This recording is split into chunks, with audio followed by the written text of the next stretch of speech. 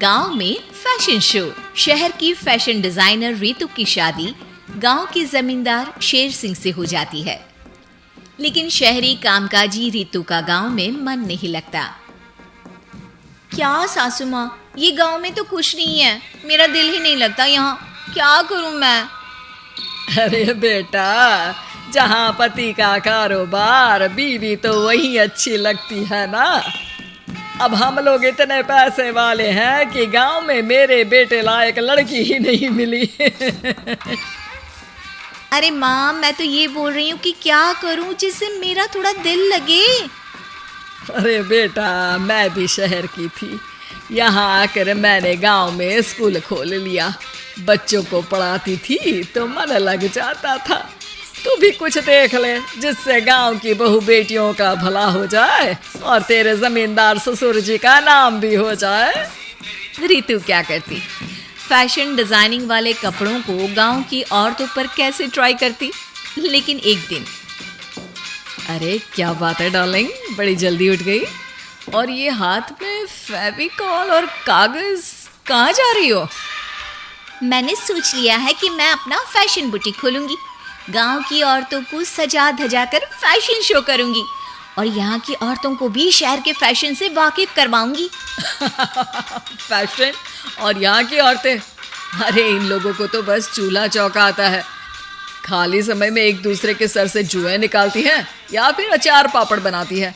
इन लोगों के बस की नहीं है फैशन को समझना। लेकिन रितु मानती नहीं। वो पूरे गांव में पोस्टर चिपका देती है कि किसी को भी नए डिजाइन के कपड़े पहनने का शौक है तो जल्दी जमींदार की बहू से मिले। लेकिन रितु की दुकान में 2 दिनों तक तो कोई आता ही नहीं। पर एक दिन, अरे कमला, क्या हुआ, क्या देख रही हो? ये पुतला देख रहा है दीदी।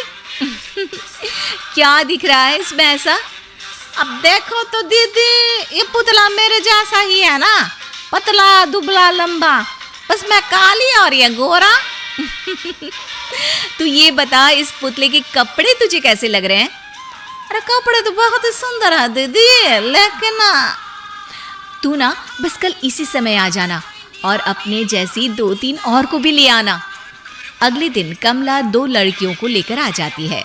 रितु उन लोगों को अपने हाथ के सिले कपड़े पहनाती है और घर भेज देती है। उन लोगों को गांव की दूसरी औरतें भी देखती हैं। और फिर क्या, अगले दिन रितु जब दुकान खोलती है तो सामने बहुत सी औरतें उसके बनाए डिजाइनर कपड़े पहनने को तैयार खड़ी होती हैं।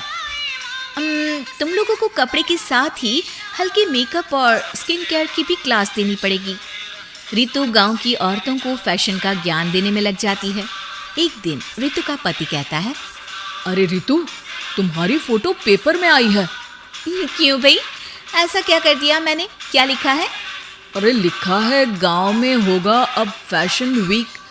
अरे हाँ, कल ना कोई फोन आया था मीडिया वालों का, तो मैंने भी बोल दिया कि फैशन शो तो अब गांव में होगा। लग रहा है उसी की खबर बना दी है।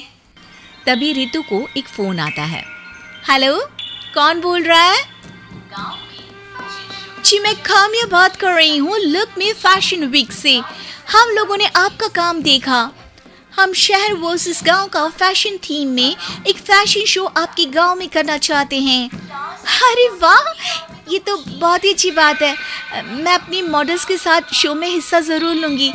बस अब क्या था, वो दिन भी आ जाता है जब रितु की गांव की गोरी शहर की छोरी के साथ स्टेज शो में हिस्सा लेती हैं।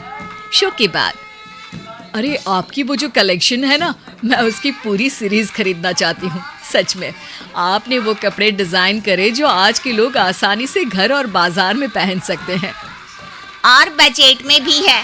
हम भारतीयों के लिए तो ये डिजाइन बेस्ट है जी। वैसे आपने क्या सोचकर ये कपड़े बनाए और आप इसे कितना आगे और लेकर जाना चाहती हैं? औरतें और फैशन एक दूसरे के पर्यायवाची है। तो ये किसने कहा कि गांव की औरतों को डिजाइनर कपड़े पहनने का हक नहीं? मेरा मानना है कि शौक सभी औरतों में होता है।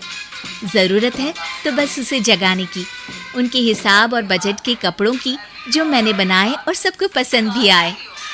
अब रितु का गांव हर जगह प्रसिद्ध है, ना सिर्फ रितु के लिए बल्कि वहाँ की औरतों की फैशन के लिए भी।